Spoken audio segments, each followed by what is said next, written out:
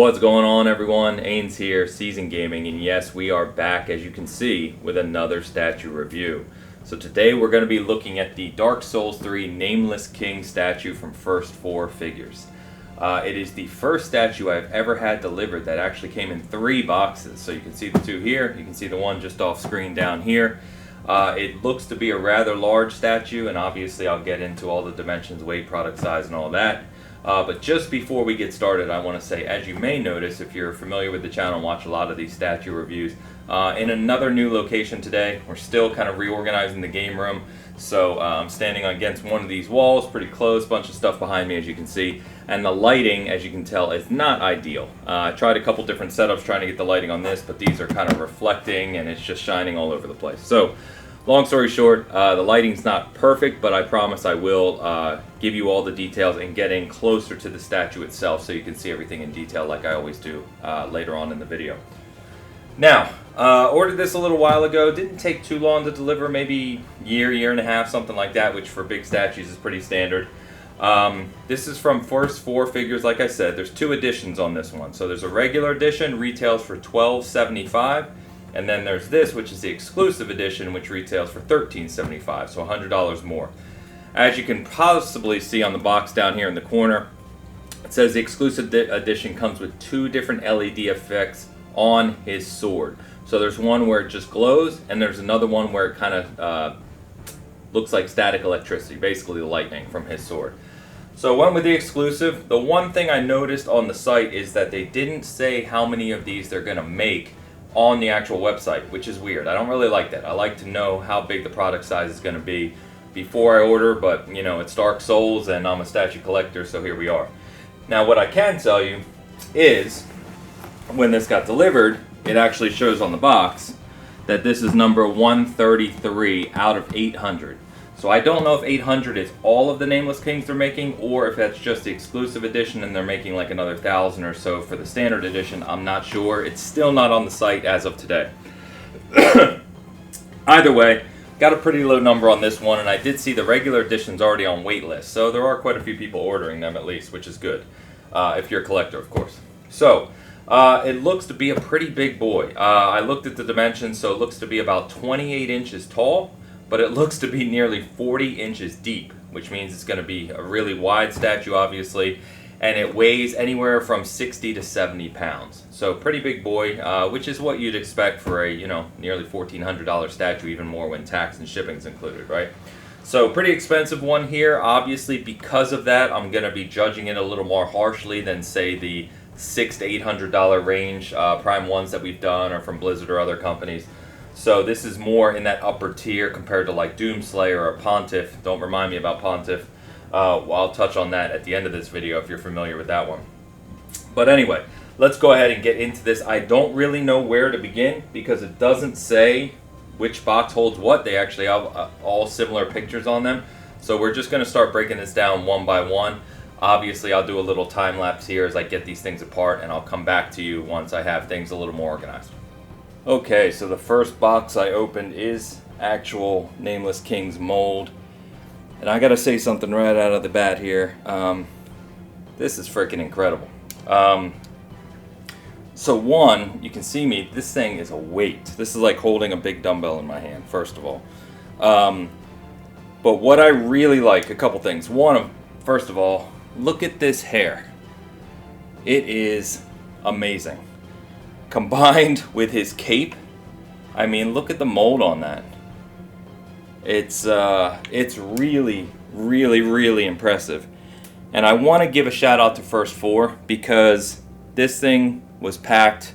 Obviously, I've edited this, but I've been unboxing just this for the past several minutes, if not like 10 minutes. The actual body mold came with so much padding in every little crevice. Because the thing with statues is you have this kind of resin mold of all these little sharp edges. And one little push, and you have to be super careful with these, one little piece of pressure in the wrong spot and it's going to snap. And that's true of all these kind of wig or hair follicles, whatever you want to call this, his crown, all this detail around his chest and his cape here, all of the edges of his cape here at the bottom. and all the things on his torn sleeves, every one of them, which is pretty rare. It's pretty common to see everyone intact perfectly. You may get like a little chip here and there, little things that happen. Obviously you're paying this much money, you don't want to see that, but it happens. This thing was packed so extraordinarily well. I'm just extremely pleased, not only in the detail of the mold, which I'll show you more here shortly, but just that it's in perfect condition. Just the head here, just this head with this attached thing, came in this hugely sealed, padded box with all kinds of extra padding in every little crevice. So credit to First 4, that's amazing.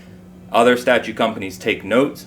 When people spend a lot of money on these things and you're shipping them across the world, pack them properly. So amazing mold so far, a lot of weight, beautiful detail. I'll put him down somewhere and we'll open the other boxes and then we'll get this thing all together.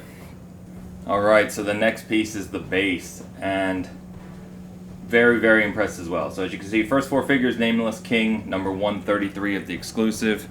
It's not ridiculously heavy for a base, but I'm super, super impressed again with the detail here, specific details, and the packaging. So, if you look at this, you've got Nameless King's dragon. I guess it's the second phase of the fight where the dragon's dead. You've got his eye, which is glossy and glazed over, which is amazing. His scales here have this purple kind of luminescence to them. They kind of reflect off the light, which is really amazing. You can see that. And then each of these are actually metal. So these are metal strands of like his hair follicles, and every one of these kind of individual things was individually wrapped and protected, so they weren't broken or bent or anything else. As you can see, the strands kind of go all the way down and around his body. This is very, very cool looking. On the back here you have a power button and the USB plug-in for the LED function, so we'll obviously get to that a little later. But really, really liking this too. I think between this base and the figure, this is going to be one hell of a statue once we get it fully set up.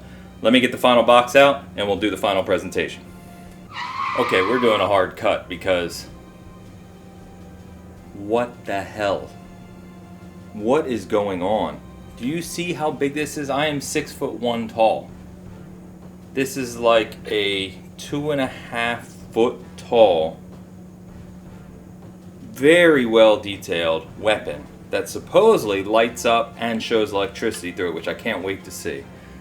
When I pulled this out of the box just now, I kind of did this like, what the hell's going on moment. I'm looking at my $2,000 Doom Slayer, which I did the video on, one of the craziest statues I've ever done. This weapon is bigger than anything on him. I mean, it's probably at least 50% bigger than his double barrel shotgun. It is crazy. And as you can see in front of me, there's all these pieces that go to the dragon, his claws, and I just wanted to cut not only to the craziness of that weapon, but again, every one of these pieces was packed very well, padded, detailed. There's no chips, no issues, anything. And I notice on like the wings here, for instance, you can see the detail in all the feathers, excuse me, not the wings, the feathers. And then it's actually a different color on the other side. So it's got this purple underbelly to go with the shading of the dragon itself. And that applies to the shading on like these horns. You can see the paint detail on these is just amazing. And what's even more impressive is that each of these things kind of has this kind of molded look, almost like aged, stony kind of look, like bone. This looks like an aged weapon, right? Almost bronzed, something like that. And then in here you have some of the claws, which I assume go on the dragon's feet down here. These are not only shaded individually, but they're polished. So they have like a luster to them, a shine. And just the contrast between the different pieces of the dragon and the paintwork, it's excellent. It's excellent. I'm actually kind of blown away a little bit right now, because let me put the whole statue together and I'll talk more about it and show you why I'm so impressed right now. But I've done a lot of statue reviews, as you know if you follow the channel, tons of them, right? We're in the dozens at this point. And it's rare for me to be blown away.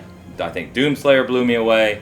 A couple other of the Prime ones, you know, I credit pretty heavily with some of the details on those statues are really, really impressive.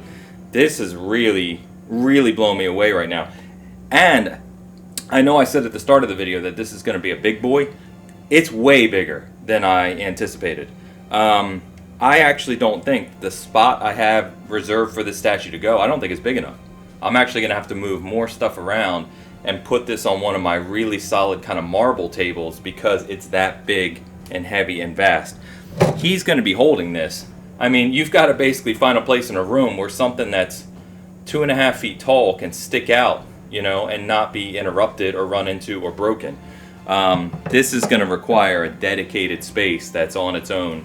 It's kind of crazy. It's kind of crazy. You can see, one, I'm very happy because it's great when you pay a lot of money for something like this and it delivers above expectations. But two, I just didn't expect it, you know? I did not expect this to be this impressive. So I've got all the pieces here. Let me put it all together. We'll talk more about it and I'll give you a better look at the whole thing assembled. All right, it doesn't feel like it for you, but it's been over 40 minutes since I last hit record to piece this thing together. And I gotta tell you guys, like I said earlier, done a lot of statue reviews. And I was kind of alluding to the fact that you could see the quality in the pieces, the packaging, everything to go along with the statue has been very high quality. And now that I have it fully pieced together, I am absolutely blown away. Blown away. As I said, Doomslayer's kind of special. He's a 1-3. He's behind the camera over there. It's gigantic. Really amazing. And I would, you know, highly recommend Doomslayer to anyone who's a fan. A couple of the Prime ones I've done have been amazing. First 4, hats off to you because this is effing incredible. I actually debated getting this statue because I'm a die-hard fan of Souls and especially Souls 3, which is second only to Elden Ring for me. But Nameless King is, you know, that optional boss. He's the one I had the most trouble with. I know many did as well. But, you know, I didn't know as a character. I like to have characters around my game room.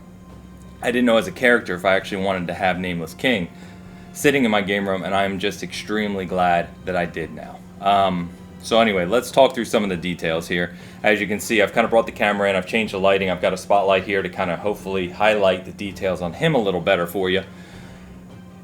So, first of all, it is massive. Now I see what they mean about depth because the dragon's horns, Storm Drake I believe he's called if I remember correctly, his horns come all the way back here to my face as you can see.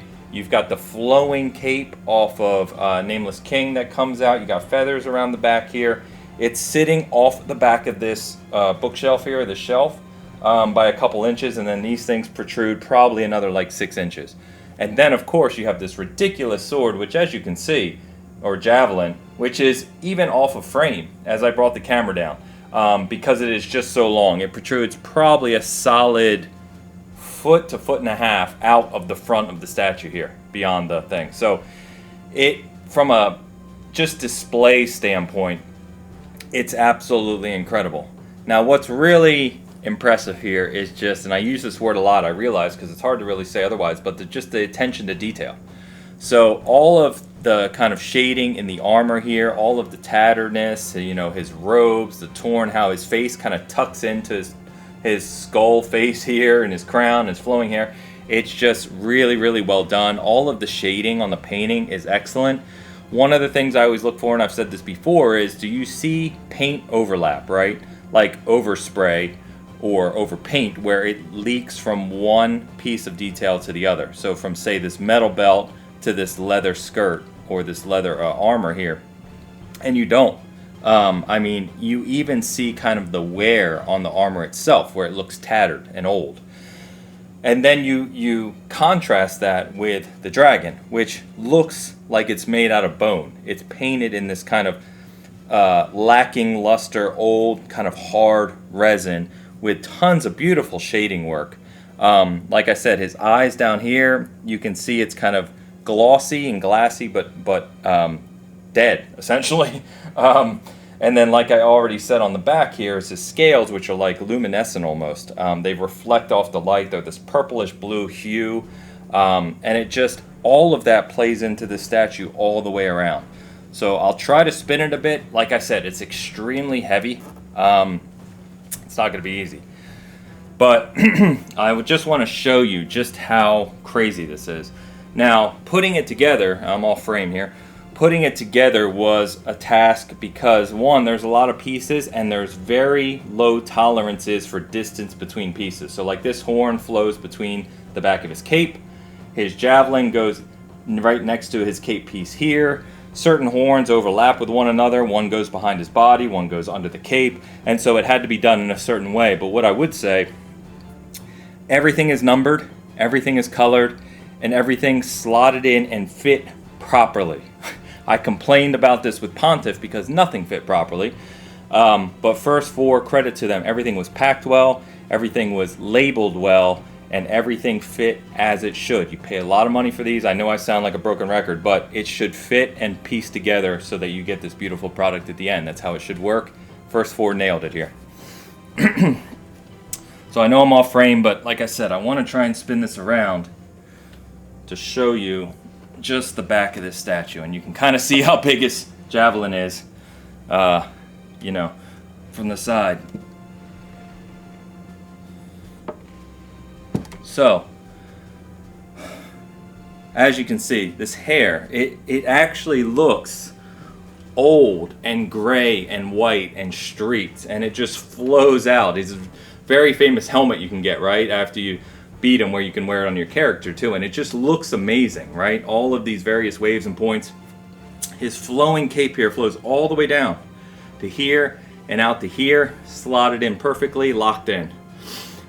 All of these horns of the dragons, look how kind of twisted and all kind of bent out they are, flow with all these metal strands of his hair. The feathers overlap around his back, and the cape, his bottom of his cape, flows over it all. I mean, look at think about when you're creating a mold, all of the little points, like I said, that can break or bend or not be done correctly to where they're going to fit together and shape together properly. And this is just immaculate. Like, I can't tell you, one, how rare that is, and two, how happy I am that it came together like this. To see something like this in person put together the way it is just incredible. It's incredible. Even his arm, this second arm right here, this hand you put on, it's holding the top of his horn, or one of his horns, I guess, of Stormdrake, because, you know, spoilers, right? But as you beat the first phase of him and you kill the dragon, you know, he puts his hand down as to say, you know, he's kind of passing his love on, if you will, to Stormdrake. But my point is that it fits. There's a gap where this horn slides right up between his thumb and his index finger, and it just slots in perfectly. Everything fits excellently, and it's I know I'm kind of rambling here, but I'm just amazed. I'm really, really blown away. You know, people often ask me, is that statue worth X amount of money? Is it worth this? Should I get it? That type of thing. And I get a lot of comments around that. And overwhelmingly, I would say that if you have a love for Dark Souls, especially Dark Souls 3, if you know this character and you want a statue or want something to commemorate it, bar none, this gets my absolute highest recommendation. From a statue perspective. I don't think I have been impressed with a statue many times this greatly, and in fact, I don't even know if there is one that I would put above this at this point in time. This is just something else entirely. So the other thing I wanted to talk about is the exclusive, right? So as you can see, I have his weapon lit up. There's a button on the back here. It's USB-C. You plug it in. It's you can leave it lit up and glowing, or you can have it like this, where it basically kind of simulates the electric lightning, you know, effect of it. So it flashes in different, you know, it's sporadically, I guess is a better word. It flashes. Looks pretty cool, you know. You could have it set up on display, especially at nighttime. I think it looks, you know, pretty cool just lit up as well. But either way, that's what you get for the exclusive edition. Is the light up worth $100 more to you? That's for you to decide. But, you know, I just like having the exclusives. So, but other than that, I think I've said enough. This is going to be a long video as it is. But, man, I am, it's been a little while since I've been this happy with a new statue purchase. And that's just good. You know what I mean? It's good to get something that you truly appreciate. So this is one I'm going to cherish for a while.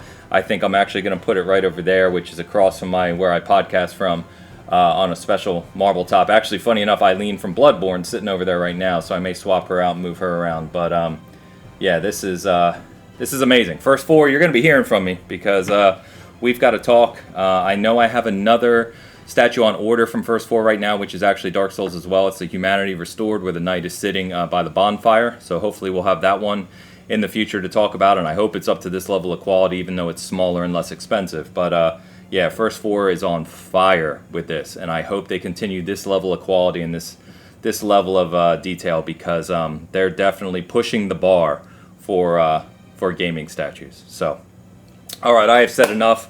I appreciate you. There are going to be some nice, I'm going to put some nice high-res pictures here at the end of the video that you can see. And, you know, if you want to see more of the detail up close. But otherwise, as always, thank you for tuning in to Season Gaming. Thank you for hanging out with me, checking this out. If you have any questions, comments, thoughts, anything like that, leave a comment for me, and I will obviously get back to you. As always, if you appreciate what I do with these videos, you know, super appreciated to sub and like. It goes without saying nowadays on YouTube. But all that engagement goes a very long way to help us out as a small independent channel. So thank you again. As always, I'm Ains, Season Gaming, and we will see you with the next statue. Peace.